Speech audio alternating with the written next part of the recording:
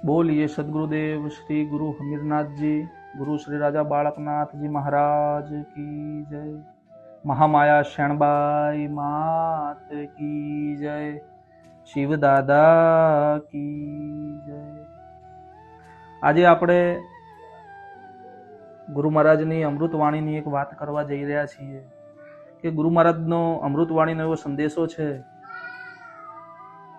કે ભયને ભાગી ભ્રમણા, સાચો મળ્યો હવે સંગાથ, નરસિંહ કહે બેઠો નાવમાં, નાવિક ગુરુ હમીરનાથ।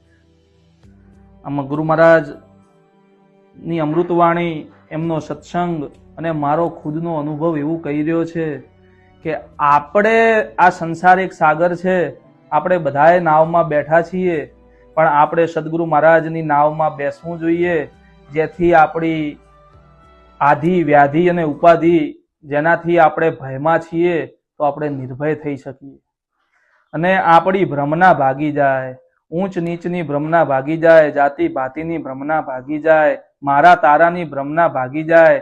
કેમ કે આ સંસારમાં એક જ શરણું એવું છે સદગુરુ મહારાજનું, સાચા સંતોનું, કે જે આપણને ભવસાગર પાર કરાવી શકે। બાકી આ સંસારમાં સદગુરુ મહારાજના શરણ સિવાય કોઈ ભવસાગર પાર કરાવી શકતું નથી। બોલીએ સદગુરુદેવ કી જય।